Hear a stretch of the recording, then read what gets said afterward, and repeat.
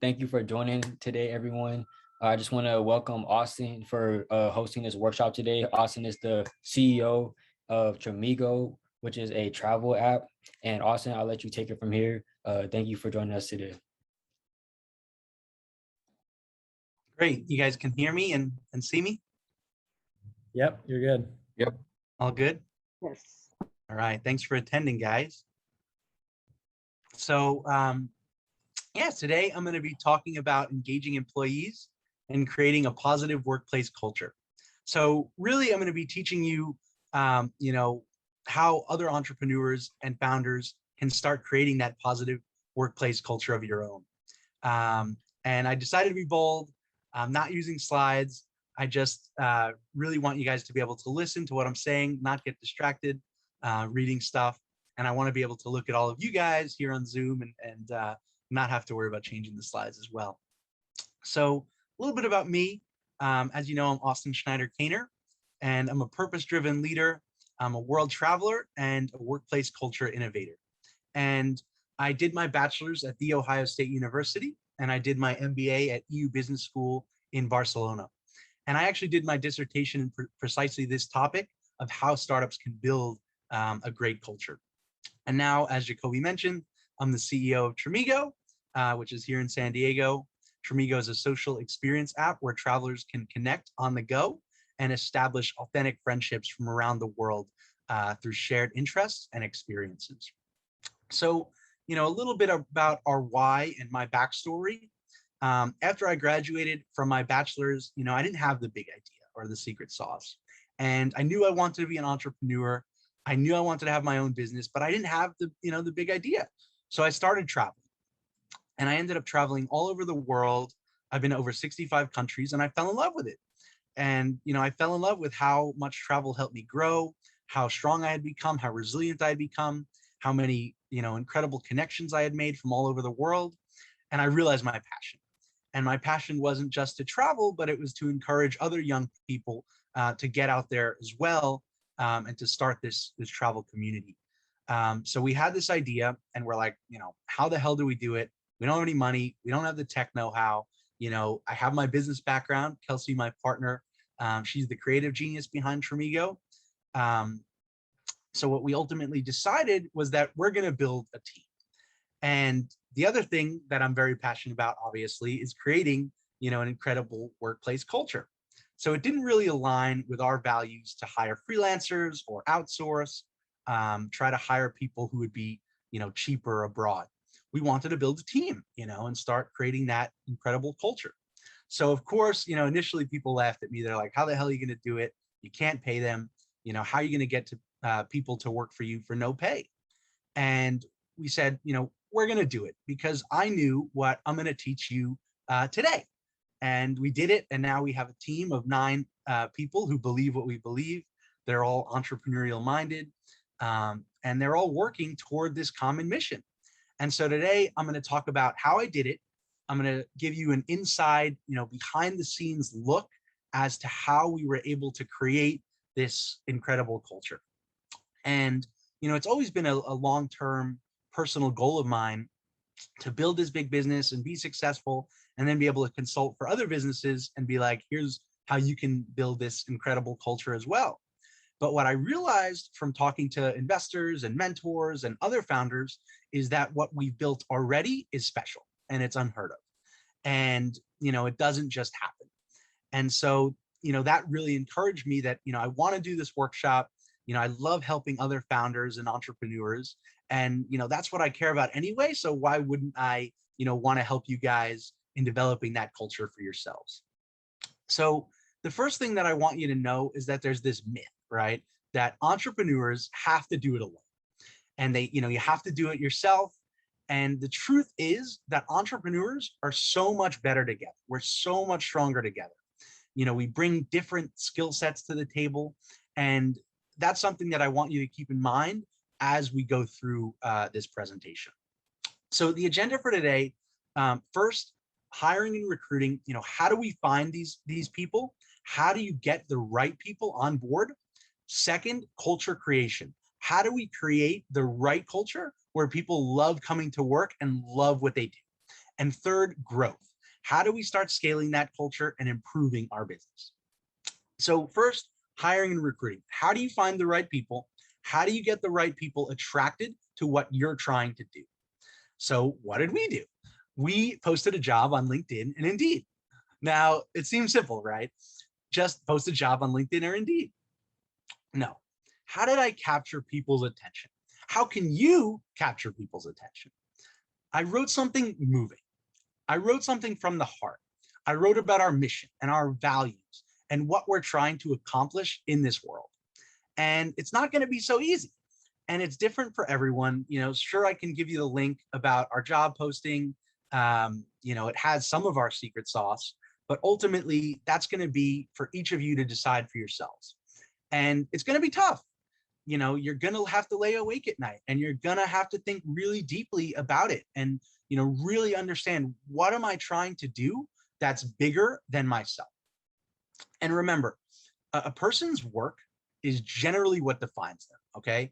It defines their purpose on this earth. And in order for people to be engaged in their work, they'll not work their best without that value being provided in their life, okay? They need to be fulfilled. And if they're not being fulfilled and not feeling like they're accomplishing a purpose that's greater than themselves, they're just not going to be engaged. And that's what a purpose-driven culture is, right? It's a culture that has a purpose that's bigger than any one individual. And this is innovative because traditionally, what did people think? People thought we were motivated by money.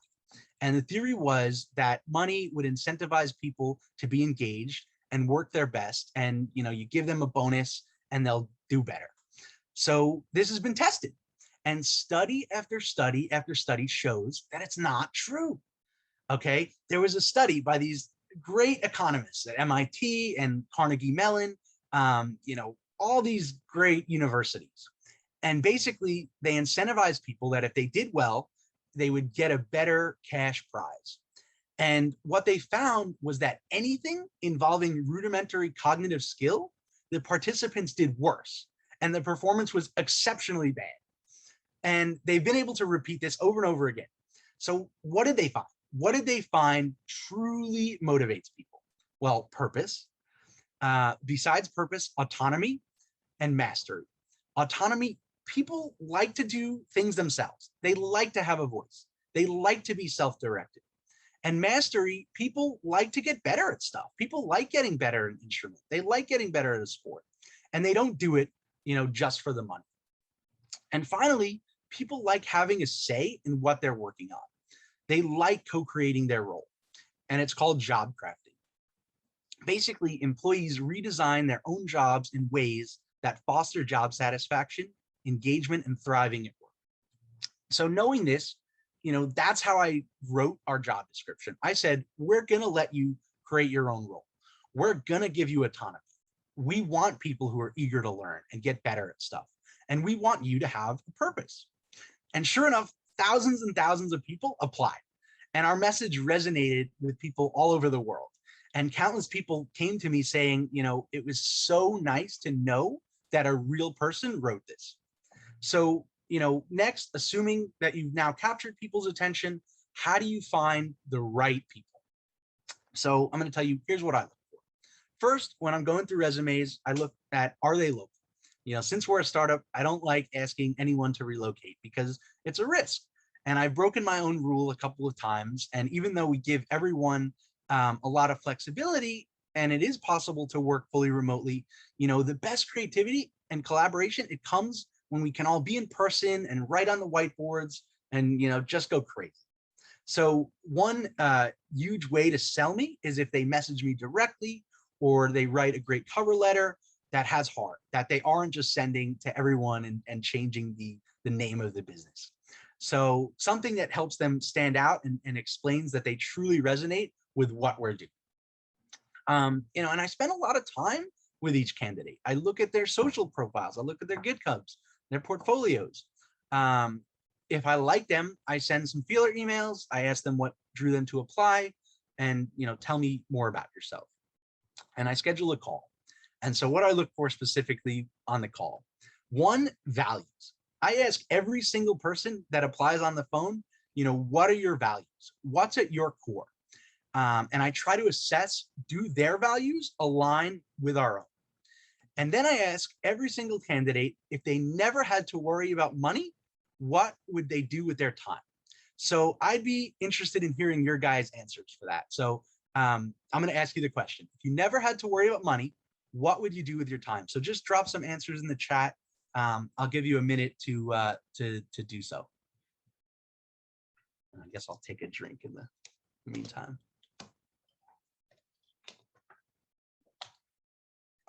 So come on, if you never had to worry about money, what would you do with your time?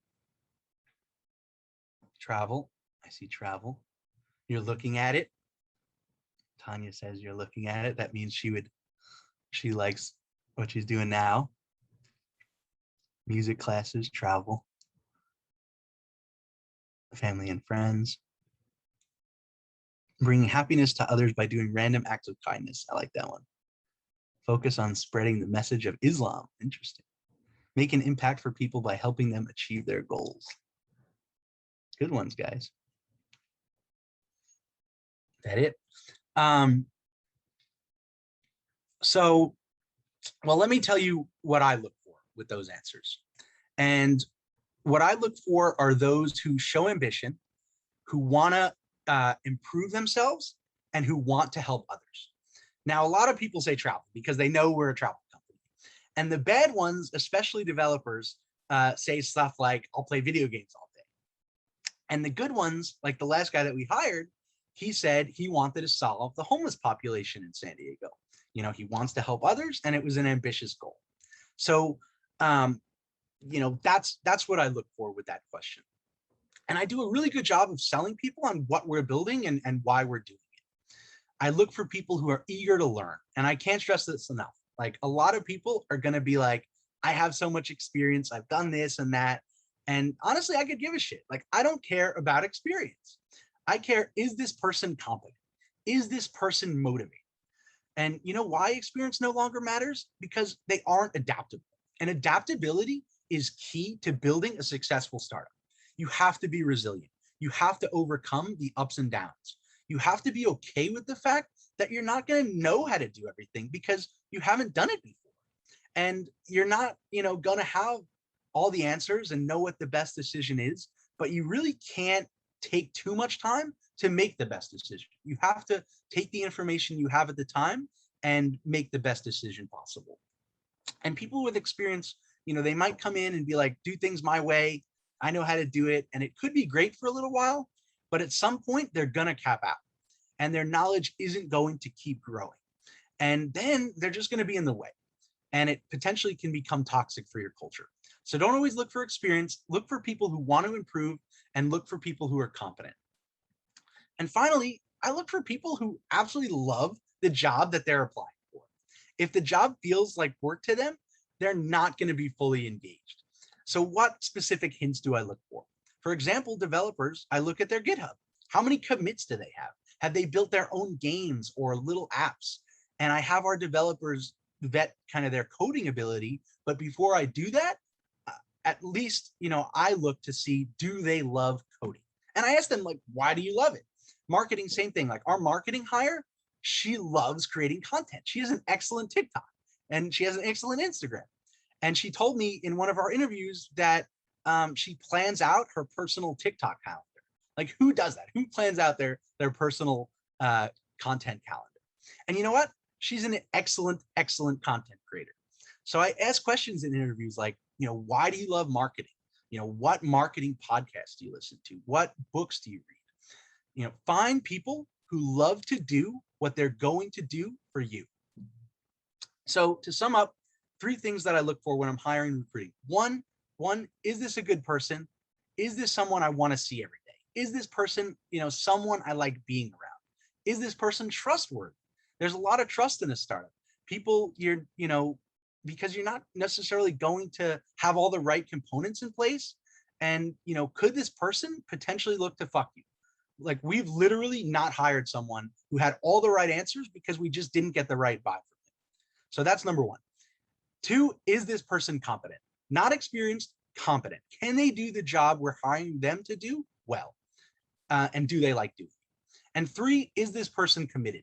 Does this person really understand the sacrifice that being an entrepreneur requires? Are they truly willing to make that plunge? And if the answer is yes to these 3 things, hire them. So the next thing is creating your culture. And before we can move into creating that culture, you have to come to an understanding with your new hires. And if you don't come to an agreement from the get-go, you're potentially looking for trouble. So it's okay to acknowledge to them that you don't know how to do everything. You've never been a CEO before, and you're learning also. So make that clear that we're going to learn how to do things better together. And our understanding with each of our team members is that we can't promise you anything financially. We have no idea if we're going to start generating revenue or raise funding or what. And it's a risk. In the short term, it's definitely a risk. But in the long term, we will do right by you. And I always say that the only way we've gotten this far is doing right by people. And obviously, you're getting in with something at the early stages. And in the long term, that does present a lot of opportunity. Another thing I look for is leaders. I want people who can grow into these senior type roles within our organization. I want people who I have the utmost confidence in representing Tramigo. So basically what I tell them is, listen, we don't know what the pay is going to look like, but we will be transparent about where things are at, what's happening, and it could be staggered. We could get some funding, we could make some revenue, we don't know. The first thing that we're working for, however, is to secure that job security for each of us going forward. So, the other part is stock options, and you should probably get a good lawyer, set aside a chunk for your people. You'll have to determine how much you want to maintain, how much to use for investment, and how much to have in that employee equity pool. And in the future, if you are successful, your staff can either be rewarded with some stock or they can purchase additional stock. But early on, don't worry about it. Don't let it cause a fight. You're not worth anything yet. So, we try to have that discussion a little bit further down the road with everybody until we see that they're doing a good job and we want them to be a part of our future. And, if they ask about it, we say, listen, it's an option, but demonstrate your value to us, come in, kill it, and we'll discuss it in the future. And, the people that you want are going to be not going to be motivated by money anyway. And if they come in, they're like, I need to know I get X% or I need X salary, they're probably just not going to work out. So just have a very transparent conversation. We have everyone sign an agreement saying exactly that, here are the expectations. We can't pay you.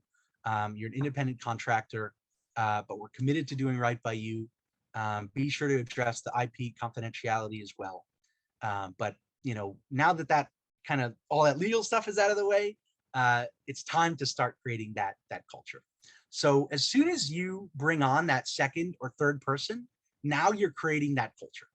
And you really have a limited amount of time to engage them and really make them feel it before they could potentially change their mind. So you want to be prepared. So number 1, know your values, okay? I can't stress this enough. Like, I don't care what you do, write them on the wall, like make a vision board, whatever you want, but know them. So some of ours, build your own story. Have your voice be heard. We don't want to have that, leave that stuff at home type of organization. We want to be the you matter type of organization. Transparency, openness, growth, resilience, prioritizing your mental health, flexibility. That's a big one. We understand that people have to support themselves financially, and we give everyone flexibility to do that. As long as they can demonstrate that they're committed to us and they're valuable to us, there's no 9 to 5, there's no Monday through Friday. And the really good ones, they work hard anyway. They work 40 plus hours a week. And everyone does something to pay our bill, their bills. Our CTO, he works at a surf shop. One's a bartender at night. Our marketing person, she works at a tanning salon that generally isn't that busy, and she can create content all day. So, and I'll do Instacarts at night to bring in some extra cash. But then we get to focus on building this thing that we love and, we know is truly making a difference. And personally, I've never been happier. I've never felt more fulfilled.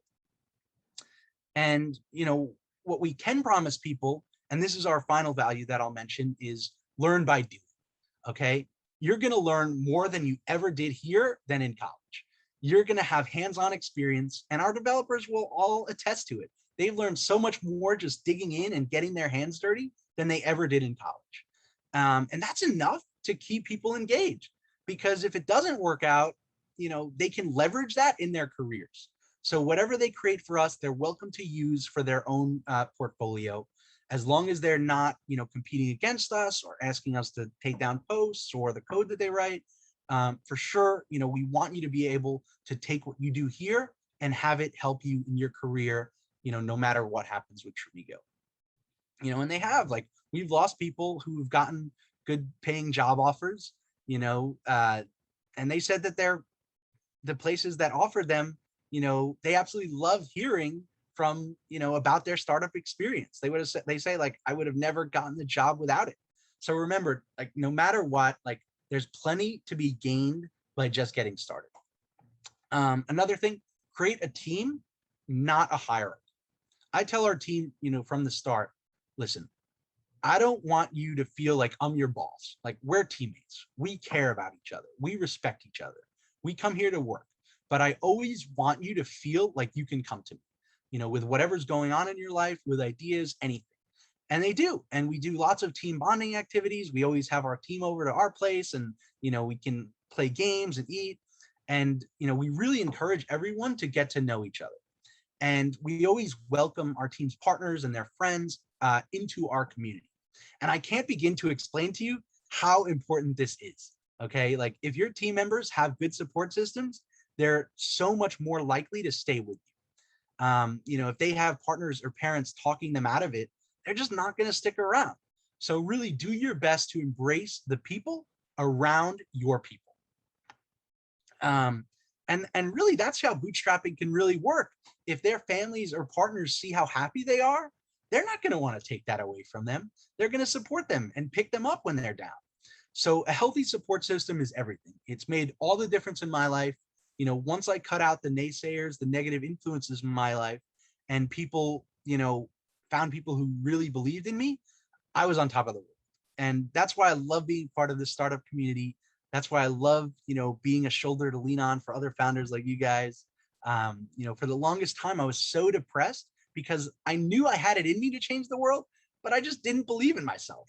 And now, with that support system, I truly feel like I'm changing.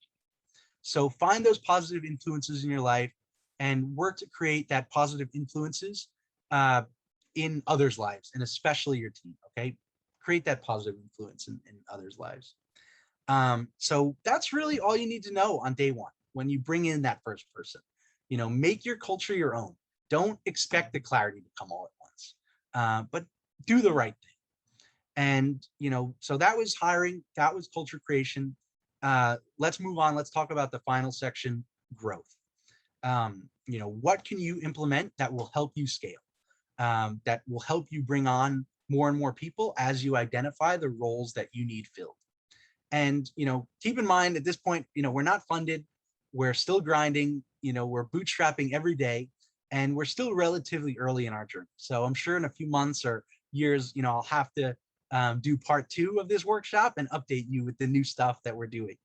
But here's what we've done thus far that is working. So number 1 is sprints. Okay. So I don't know if you know what sprints are, but essentially every 2 weeks, we have a sprint planning meeting with our team, and we determine what do we need to get done and in what priority. And then we basically open up the floor to our dev team and to our marketing team.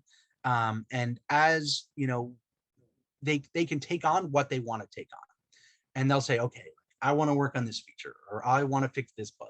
And then we ask, how much time do you have to commit over the next 2 weeks? How long do you think that this task will take you?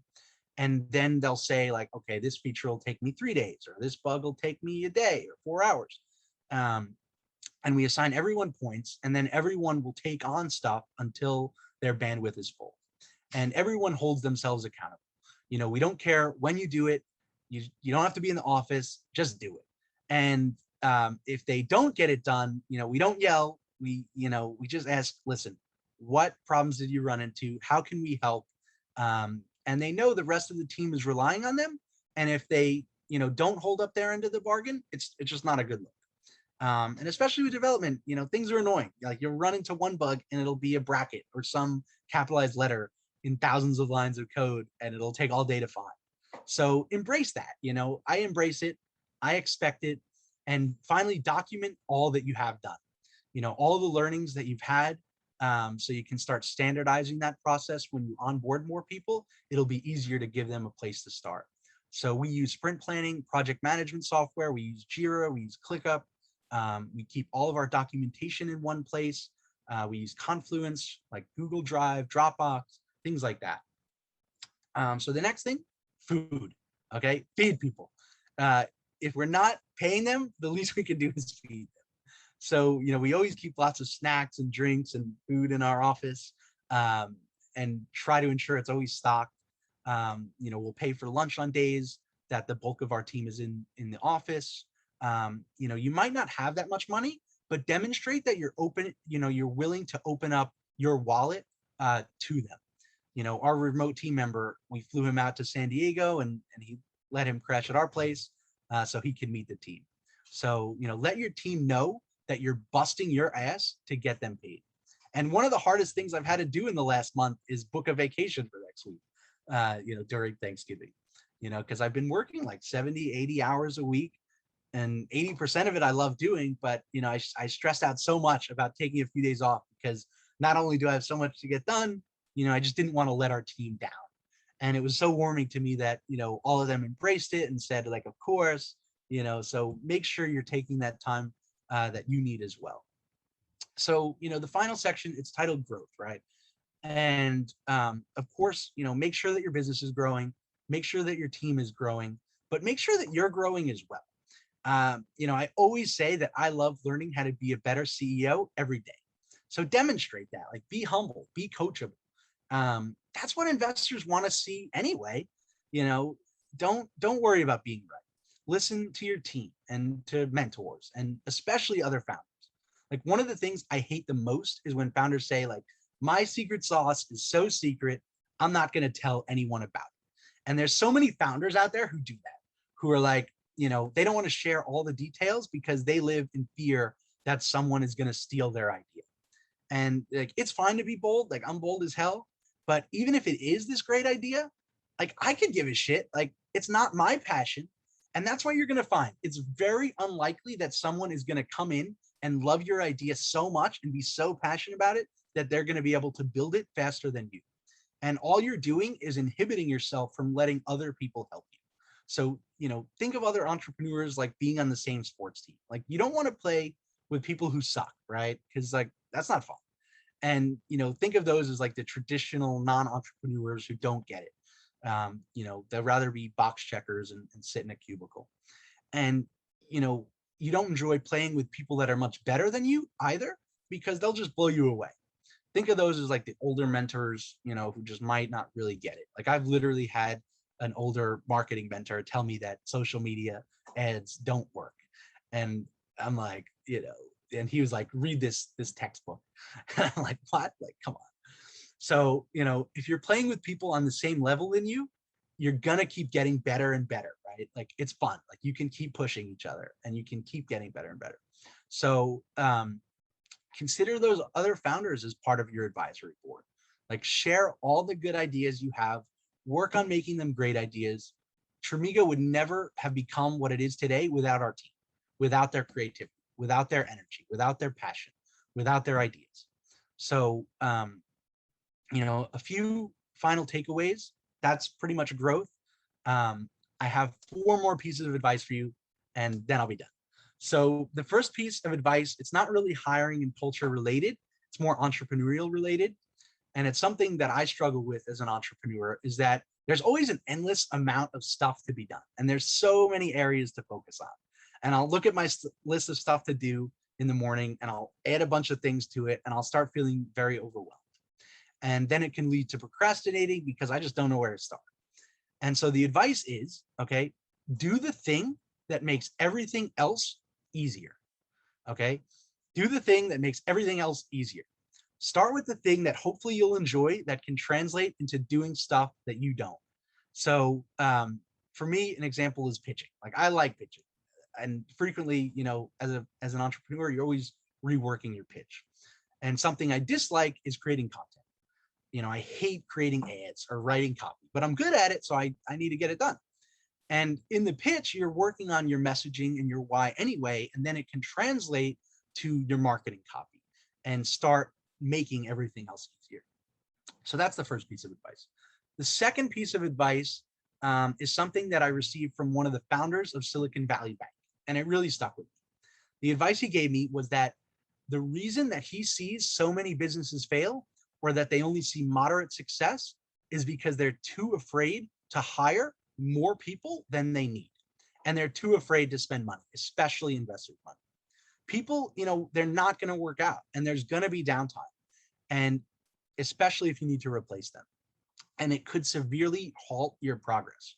So the advice he gave is like, spend money where you feel you really need to spend it to make your business grow. Like, don't spend it in the places you think investors want you to keep them happy. Spend it where you need, and make sure you're getting more than enough of the right people. So that's number two. Number three, not every hire is going to work out. Okay. We've had people who say all the right things, who make us feel like they're going to be in it for the long haul, and they quit after day one. And, we've had excellent people also who absolutely, who we absolutely love, and they take a different job offer. And, you're going to have to fire people. Remember that saying, hire slowly and fire quickly. Spend a lot of time getting the right people who align with your values. But if that person becomes toxic, you have to get rid of them, because that toxicity could bring down the whole team. And it's not easy, right? It's not easy, because you're gonna develop an excellent relationship with these people, and it's gonna hurt. And because sometimes these toxic people are just hard to identify. And so how do you know when a person is toxic? Well, what I've found is it's someone who just consistently drains your batteries, okay? That you constantly feel exhausted after working with them. So really, my advice is, don't beat yourself up about it. It's totally natural when someone leaves to have doubts. I lay awake at night, trying to figure out, what did I do wrong? How could I have done better? But the fact is that as long as the majority of the people you're bringing on are sticking with it and are still engaged, you're making progress. And for me, that's enough. As long as I see that we're making forward progress, I'm going to stay inspired. I'm going to stick with it.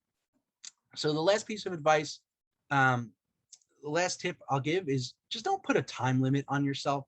Everyone is going to have a different journey, and it's going to take time. And if you're saying to yourself or making up with your partner, I need to have funding in 1 year from now, or I can't keep doing this, it's just going to cause you so much stress, so much anxiety, and you're just not going to be the best version of yourself. So just get started, keep making progress, build your team, build your support system. And that's really it. Like that's it. I'd love to connect with you guys. If you need a shoulder to lean on, I'm here. And yeah, like happy to answer any questions that you guys have. Thank you. Awesome. Thank you, Austin. So I was muted. Great job. Great job. So so Jacoby, Patrick, were there any questions in the chat? Yeah. So when you said someone answered all the right questions, but their vibe was off, what was the vibe specifically that just made it all go wrong? We just didn't get a good feeling from him. He said all the right things. We felt like he was committed. We felt like he was going to be engaged. We felt like he was competent, but there was just a handful of things that was like, something's off. Something's just off. Maybe it was like I don't know. Something was off. And Kelsey and I, we had this kind of feeling, and we were just like, he's not the right one. Like I don't know. So it's just kind of like intuition that we literally were just like mulling it over for like a week, and we were like, something's wrong. Right. Oh, Lindsay asked in the chat, could we connect with you on LinkedIn? Yeah, of course. I'd love to talk to you guys. However I can be a help. Like, I mean it. Like, I want to be a shoulder for you guys to lean on. So whatever I can do to help, connect me. Happy to help. And everyone, Kelsey just dropped Austin's LinkedIn in the chat, so you can click on that link right there and connect with them. I was just going to say one thing. I wanted to say that saying that hire slowly, fire fast, right? Hire slowly, fire quickly. That has been one of those lifelong mantras that I think. I'm glad you said it. It's so true, and I'm glad that you shared that. So thank you for that one. So what do you guys got? Take yourselves off mute. Like, I'm happy to help however I can. Interested to hear your guys' thoughts. I see lots of comments in the chat. Any questions in there, Jacoby or Patrick? Flip through. Yeah, I got a direct question from someone that left. So what changes are you planning on making in growing your culture when you're paying people versus not paying people? That's a good question. I think that, you know, it's going to be still so important that we're getting people who resonate so deeply with what we're doing that they would be willing to take no pay for it. Like, I want people who are just so like, I want to be here, because those are the people you want, because it doesn't matter like where they're at with their experience. Like, if they can learn, if they're eager to learn, that's what we want. So, you know, obviously I think it's going to incentivize people that much more, that they're going to really want to be a part of this culture, but they're going to have to do that much more convincing that they're still in it for the long haul, that they're still, you know, ready to grind, and you know, they resonate with what we're doing. That I guess that's my answer. Yeah, that answers it, I think. When you go ahead. I was gonna say, when you mentioned just getting to know everyone that works for you and just like knowing their goals, like that's like I believe in that a lot, because this other job that I worked at, I remember this one meeting we had. Our boss had us write 100 of our goals. He tried to make us come up with 100 things that we want to accomplish in our life, and you know, he split it up into categories like travel goals, maybe like career goals, spiritual goals, and everything. And it's just like, that was a really great activity that I participated in, because you just realize how many things you want to do. And then he was like, all right, well, like, let's tie this back to the business now. Like, how can this business help you achieve these goals that you have? Right. You know, and it was really inspiring. So, and that's what I mean by like like build your own story. That's what I mean by like, I want to help, you know, the people that work with us to build their goals and to build their, you know, build their own story, whatever it is. Like, I want leaders. I truly mean that. Like, I want people who want to be future CEOs, and however I can help them, you know, do that, I'm going to help them do that. I think a lot of leaders are afraid of like that person coming in and taking their job and working their way up. And those are the kind of the bad leaders. Like the best leaders are the ones who are like, we're going to grow you into being so good that, you know, either you can start kind of a company as a subsidiary of Tramigo, or you know, move on to something else. You know, I want people to be able to build their own story within our organization. I definitely have a lot of ideas of how to do that. Like Google, for example, they'll say to their team, work for 4 days a week on Google stuff, and on Fridays you can work on whatever you want. And I think that's cool as hell. And basically, you know, a lot of the best Google products have come from that day, like Google Maps, Google Glass. That day has seen so much more productivity than you know, any other day of the week. And I would love to kind of grow from that and say, listen, you know, for a team member, like, go work on your project full time. We're going to still pay your salary. You know, take a couple other employees to go work on it with you. Like, I hope we can get to that point where we're so successful, our company has so much money that we can just say, go create your own company. We're going to give you the resources to do it. And, you know, all that we ask is that hopefully we'll get some incentive, you know, maybe it's equity, whatever, for doing so. So I know we don't have a whole heck of a lot of time, but I kind of wanted to ask a question around that. And that's, you know, the only reason we can actually not pay people in the state of California is because we are and I'm sure that you're doing this as well, that you're offering them education instead. You're offering them training of how to become what they want to become in that intern role, right?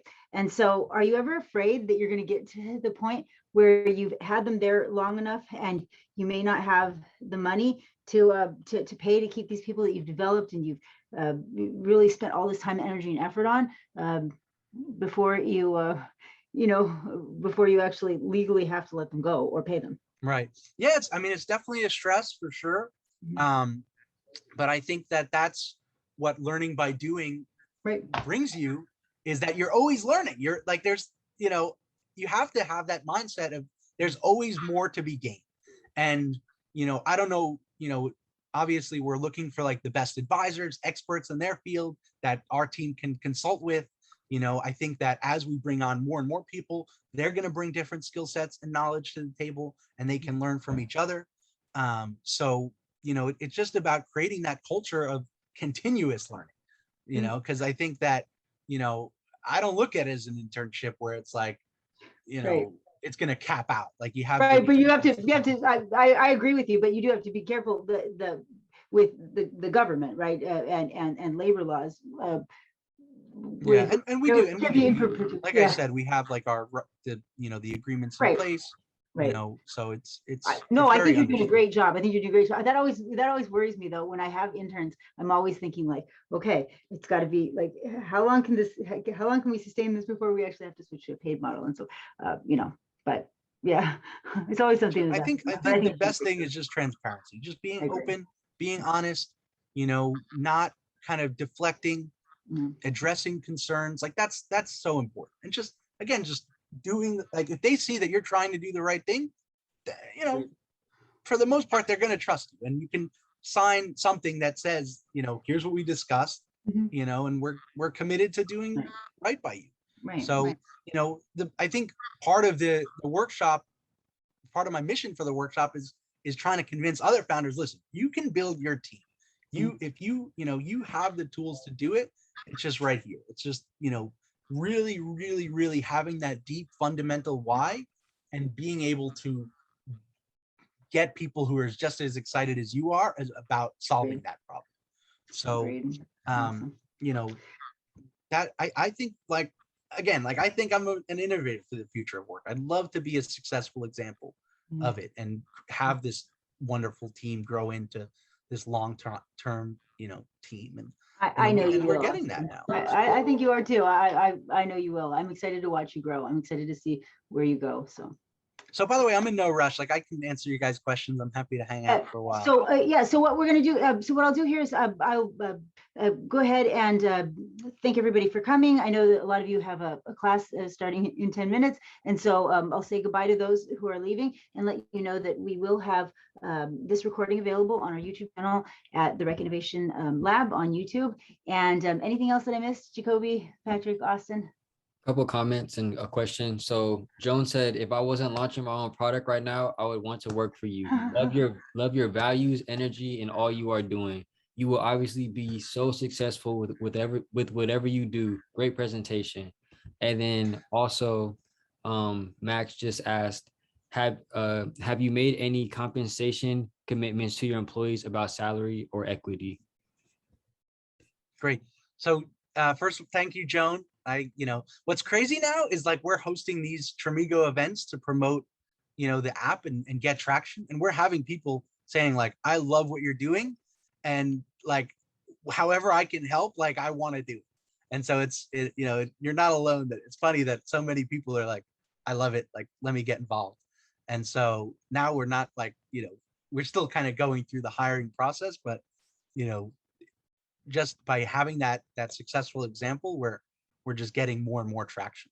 And Max, as I mentioned, like we do have that discussion with everybody. We kind of said everything clearly. We haven't, said a specific number or anything like that, but again, we're going to do right by them. So awesome. what else do you guys got? Well, I think we have to end it here, but we can stick around and answer any questions for those who want to stay around. Thank you everybody for coming, and I will see you all at the next workshop. And thank you especially to Austin from Tramigo. That was a wonderful, wonderful workshop and really timely. So thank you. Thank you. Everybody's quiet. Well, All right, thanks guys. I just want to let everyone know that I just dropped in the chat. The first link I just dropped is a link to the YouTube video, so you'll be able to watch this on YouTube. That's the first link I dropped. The second link is a survey that you can give Austin about his presentation, and then the third link is a link to register for future events. So go ahead and just click on those and check those out. And thank you for attending. I see Rose is raising her hand,